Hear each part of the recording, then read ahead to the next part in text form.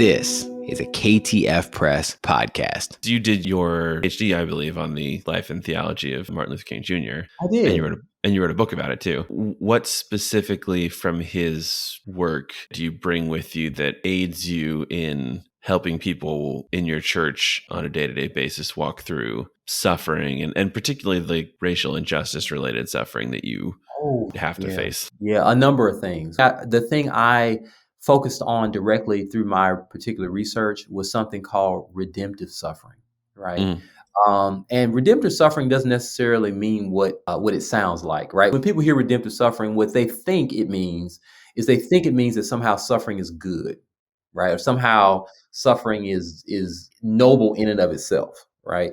But what it actually is saying that given the reality of suffering in this world, God does not leave us without a witness. God gives us the opportunity to engage even the worst of life circumstances in a way that witnesses to Jesus. What that lets us know is that Jesus is always with us. Jesus is always sanctifying. Jesus is always blessing. Jesus said, I will never leave you and I will never forsake you.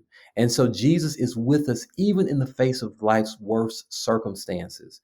What King was able to do was he looked at the Black social situation in America, and he was able to make the connection between that social situation and the cross to say Jesus is one who understands what it's like to suffer. And although the tension of theodicy between, again, God's omnipotence and omnibenevolence and the suffering we see in this world, it will never be fully resolved rationally in our minds, but we know God is with us in it and through it. And why do we know that? Because of Jesus Christ. Because God himself has taken upon himself the suffering of this world. He has willingly stepped into it and shown solidarity with us. And that's actually a more powerful response than a philosophical answer. I'll give you an example. So I think it is fascinating that the oldest book in the Bible is Job. Right.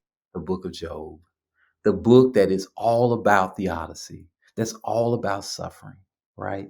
And it's amazing that in that book, God doesn't give an answer. God is not like, now the answer is X, Y, and Z. You're wondering why this happened. The answer is X, Y, and Z. That's not how the book resolves. Nope. That's not what happens.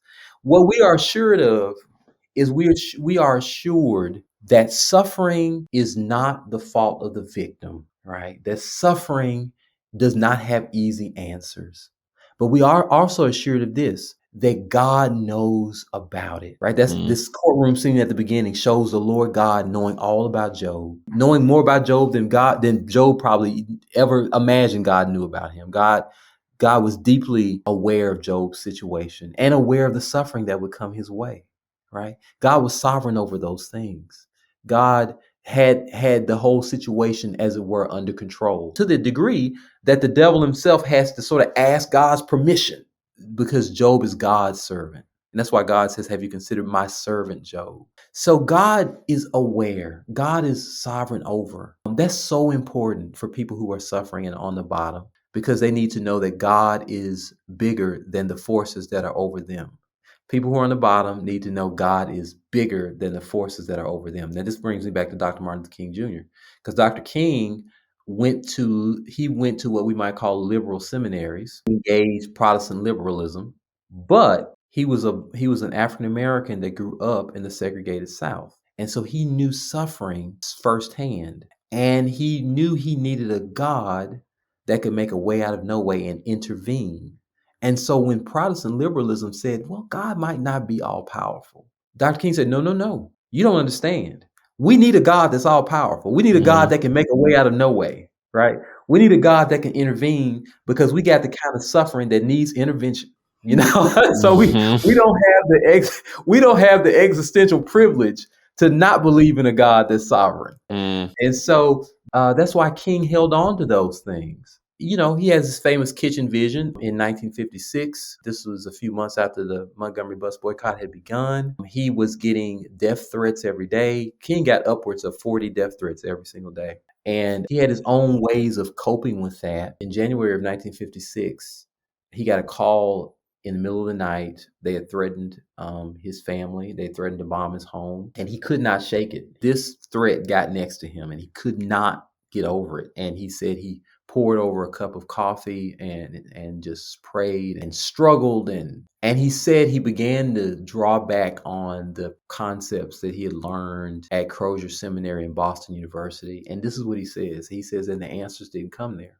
He said the answers did not come there. He said, but then I thought about the God that my father taught me at Ebenezer Baptist Church, the God that makes a way out of no way. And then he said he kind of heard a voice that told him to stand up for justice and to stand up for righteousness. And lo, I will always be with you. It was on the strength of that kind of vision early in the civil rights movement. Now you got to keep in mind that this is just a few months into it. And King is already contemplating getting out. He's trying to bail out. And yet he reflects on the sovereign, powerful, loving God that the Black church tradition had taught him about.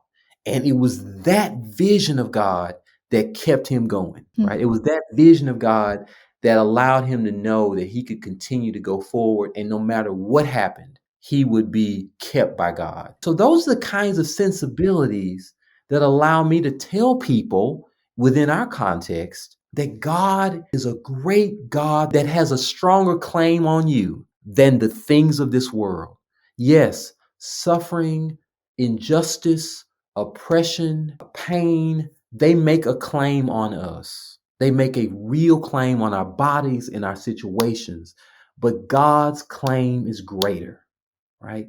God's claim on us, God's care for us is greater than that, right?